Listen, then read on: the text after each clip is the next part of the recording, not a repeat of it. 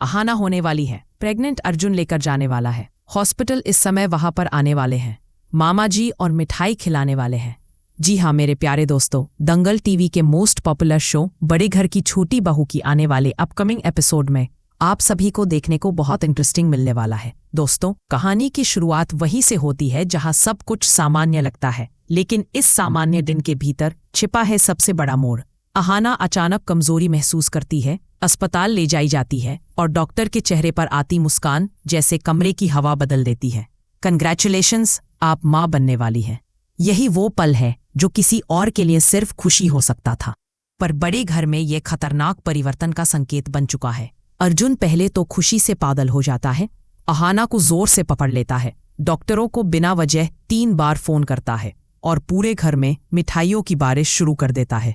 लेकिन उसी रात जब वह अकेला बैठता है तो उसका चेहरा बदल जाता है। उसकी आंखों में खुशी नहीं बल्कि एक डर, एक सच्चाई चुभने लगती है। उससे याद आने लगता है वो वक्त जब उसने अहाना पर शक किया था, उसके सपनों को दबाया था, उसे अकेले छोड़ दिया था। वो पछतावा उसकी हड्डियों के भीतर तक उतर जाता है और यही पछतावा जन्म देता है उसके अंदर के पुराने पजेसिव राक्षस को। अब अर्जुन हर कदम पर अहाना की निगरानी करने लगता है। यह मत करो, वहां मत जाओ, बिजनेस बंद कर दो। वह सोचता है कि वह अहाना और बच्चे की रक्षा कर रहा है, लेकिन असल में वह उसे फिर से कैद करने लगा है। और अहाना, जो अपनी पहचान के लिए लड़ी थी, वह साफ कह देती है, बच्चा भी मेरा है और मेरी पहचान भी मेरी ही है। लेकिन अर्जुन का डर उसके कान बंद कर देता है। उधर बड़े घर में पहली बार दुर्गा देवी पूरी तरह बदल जाती हैं, जो बहू की हर गलती ढूंढती थी। अब वही अहाना की आरती उतारने लगती है, बच्चों की तरह उसका ख्याल रखने लगती है, कमरा फूलों से भर देती है, पूजा पाठ शुरू करा देती है, डॉक्टर को घर बुलाने लगती है। उनका प्यार मीठा है लेकिन दम घोंटने वाला। यह मत खाना, वह मत करना, बिजनेस बंद कर दो, राजवीर से दूरी रखो, हर नियम बच्चे के नाम पर थोपा जाता है। लेकिन कहानी का असली जहर छिपा है उस कमरे में जहां पिशिमोनी, पलटू और ठाकुर जी रात की चाय में साजिश खोल रहे हैं। उन्हें पता है अगर ये बच्चा पैदा हुआ तो अहाना की ताकत आसमान छू लेगी और उनकी चालें धड़ाम से जमीन पर गिर जाएंगी। इसलिए उनकी हर चाल अब 10 गुना खतरनाक है।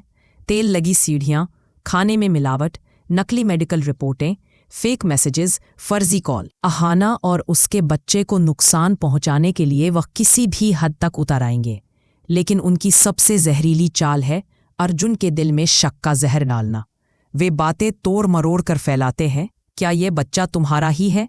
बिजनेस मीटिंग्स में राजवीर और अहाना का घंटों अकेले रहना कौन जानता है? धीरे धीरे ये झूठ अर्जुन के दिल में घुसने लगता है।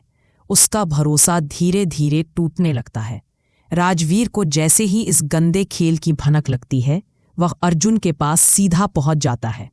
गुस्से से कहते हैं, तुम्हें शर्म नहीं आती? ऐसी औरत की इज्जत पर शक करते हो जो तुम्हारे लिए सब छोड़ चुकी है।